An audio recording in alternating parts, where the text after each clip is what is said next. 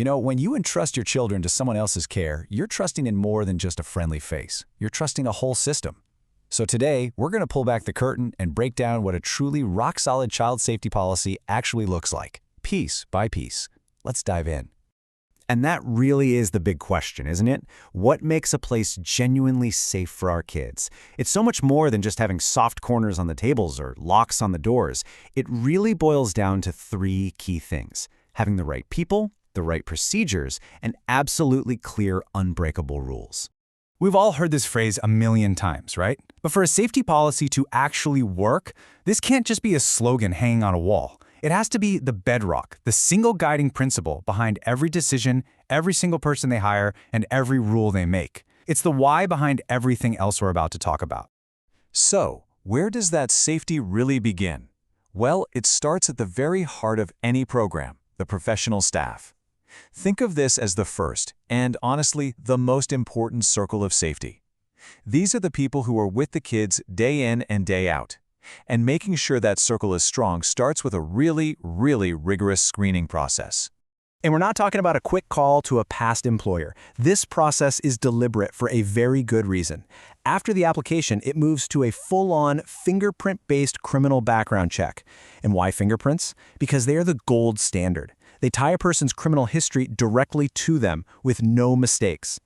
Only after that check comes back 100% clear does a candidate get the final green light to work with kids.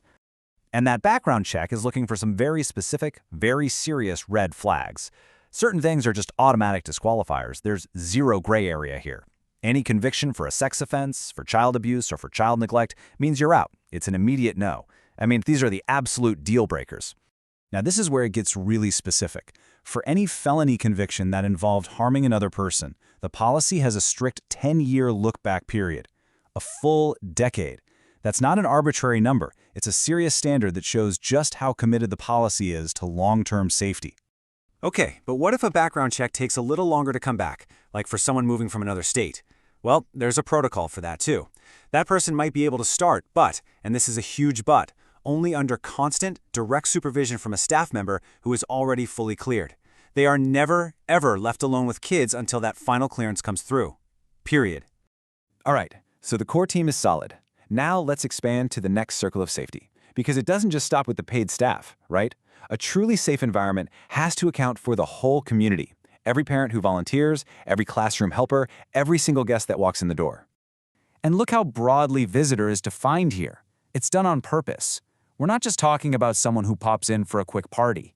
This applies to anyone who's going to be interacting with kids, parent volunteers, student observers, even outside therapists and aides.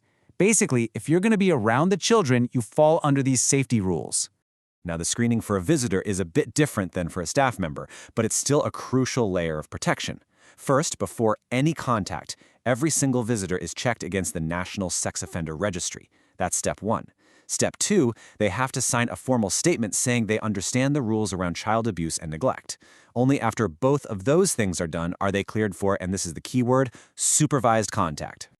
Okay, this right here really draws a bright, clear line between staff and volunteers. Just look at the differences. Staff get that super deep, fingerprint-based background check.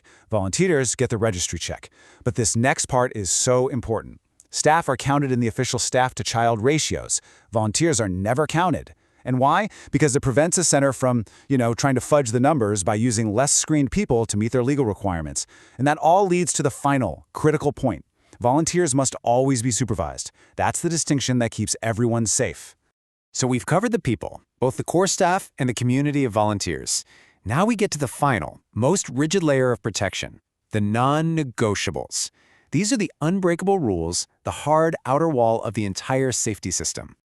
Honestly, if you remember only one thing about volunteer policies, make it this. A volunteer, it doesn't matter how well you know them or how much you trust them, must never, ever, under any circumstances, be left alone with a child or a group of children. A fully cleared staff member has to be present at all times. This is the absolute cornerstone of a safe visitor policy. These hard rules also spell out exactly who is flat-out prohibited from even setting foot in the center. Anyone with a conviction for those serious offenses we talked about, or anyone who shows up on the public sex offender registry, is not allowed on the property. And notice, this isn't just about who can work there. It's about who can even be present. And finally, there's this vital catch-all. This is the ultimate safety net. Beyond all the specific rules and lists, the center has to have the final say.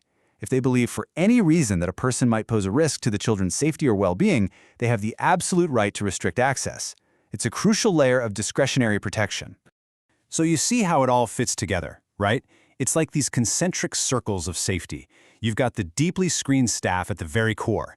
You wrap them in a second circle of carefully checked and always supervised visitors. And you enclose that whole system with a hard boundary of unbreakable rules. It's not just one policy. It's everything working together to create a systematically safe space. Knowing all this really empowers you. It basically gives you a safety checklist. So the next time you're checking out a school or a camp for your child, you know exactly what to ask. How do you screen your staff? What's your policy for parent volunteers? What are your non-negotiable safety rules? A place that takes safety seriously will have clear, confident answers for every single one. So, what questions are you going to ask?